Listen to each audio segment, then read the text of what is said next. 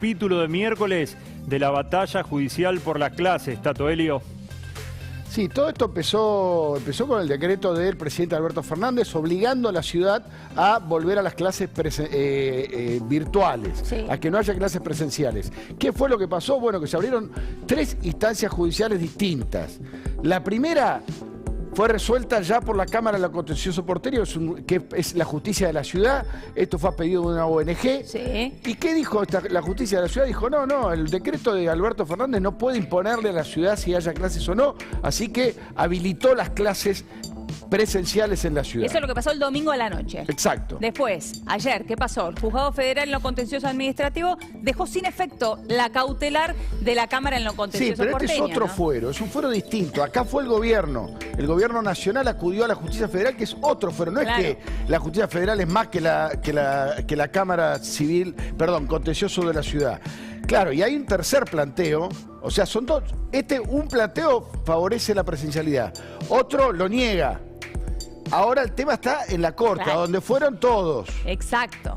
Y ahí es donde se va a definir el partido final. Bueno, y vamos a preguntarle cómo se define este partido y también para que nos eche un poquito de luz, sobre todo para todos aquellos que ayer estaban preparando el uniforme de sus hijos en casa y que no conocen de términos jurídicos y esto realmente los confundió más. Está Félix Lonigro, abogado constitucionalista en línea. Félix, ¿cómo estás? Buen día.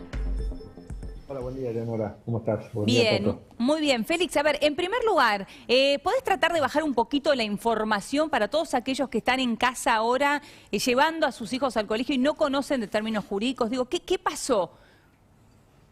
Bueno, es difícil esto porque para la gente estas son cuestiones complejas, ¿no? Pero a ver, sí es como decían ustedes. En primer lugar, Rodríguez Larreta apela como jefe de gobierno de la Ciudad de Buenos Aires a la Corte Suprema. Va directamente a la Corte porque lo puede hacer, teniendo en cuenta de que cuando se trata de una provincia de la Ciudad de Buenos Aires pueden ir directamente a la Corte sin pasar por las instancias inferiores. Allí la Corte espera para resolver, le da traslado de la demanda, digamos, al Estado Nacional. Pero mientras tanto, una agrupación de padres, como no puede ir directo a la Corte, va a la Ciudad de Buenos Aires, a la justicia de la Ciudad de Buenos Aires. La justicia de la Ciudad de Buenos Aires le da una medida cautelar sin resolver el fondo de la cuestión. Le dice, mire, mientras usted me plantea esto que es razonable, Sí. yo todavía no le voy a decir si tiene razón o no, pero pareciera razonable, entonces le voy a otorgar una medida cautelar provisoriamente que las clases funcionen. Y por otro lado, el gobierno nacional, que de alguna manera no es demandado por esta organización, porque demandan al gobierno de la Ciudad de Buenos Aires, dice, bueno, pero acá nosotros tenemos que intervenir. Entonces, ¿qué hace? Plantea y objeta la intervención de la Cámara, pero lo hace mal, porque procesalmente esto no corresponde a lo que hizo el gobierno nacional, teniendo en cuenta de que las cuestiones de competencia en realidad las plantea alguien que es demandado en un proceso. Cuando alguien es demandado en un proceso y no está de acuerdo con el juez que tiene que intervenir, o bien se presenta ante ese mismo juez y plantea lo que se llama una excepción de incompetencia para pedirle, mire, usted no es, a mí me demandaron aquí, pero usted no es competente, así que decline de intervenir en este asunto. Bueno, no es este el caso.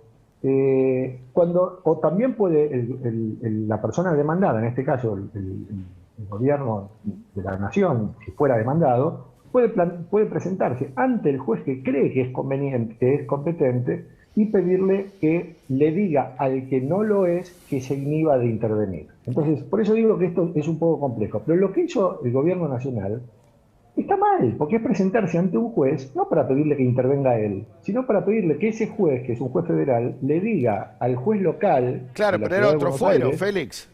Era otro fuero. Era otro campeonato. Estaban jugando el Nacional B y fueron a hacer planteo al Claro. federal al torneo federal del interior.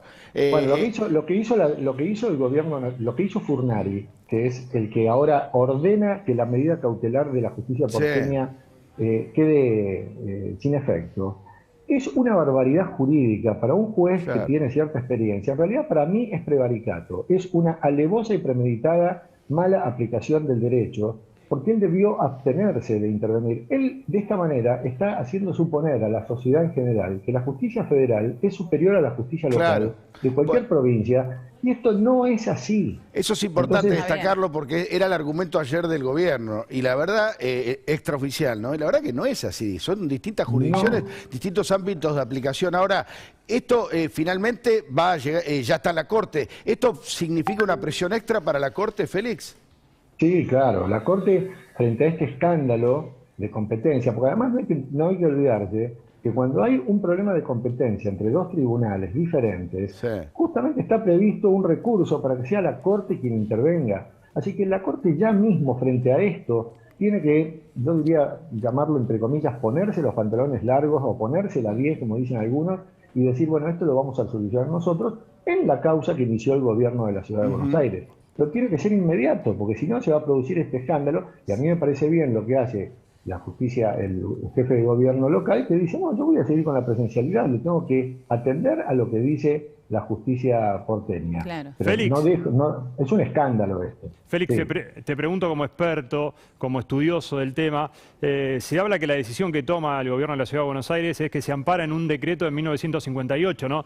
que dicta la competencia de los jueces en cada caso y que quién dirime si hay algún conflicto para tener el dinamismo de la justicia, ¿no? Y ahí si se ampara en ese decreto de 1958, que muchos no hablan, dicen que este juez no tiene la competencia, porque como vos decís y como le dice Tato Leonora, ahora ya está en la Corte Suprema, que es lo máximo en el escalafón. Sí, este es a ver, el decreto 1285 del año 58 es el que regula la norma macro que regula la organización de la justicia federal.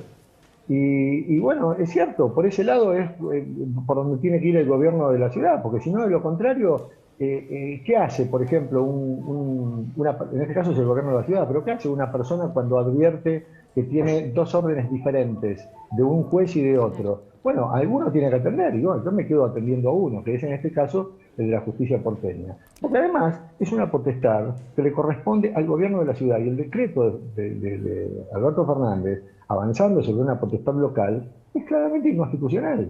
Entonces, insisto, en todo este barullo en el que hay un juez federal, un juez local de la Ciudad de Buenos Aires y la Corte lista para intervenir, bueno, la Corte tiene que tomar cartas en el asunto y definir esta cuestión de un momento. Pero tiene que ser ya, porque no puede seguir esperando. Claro, ¿no? más allá de que no tenga rápido. tiempos, como explicaba Tato hoy.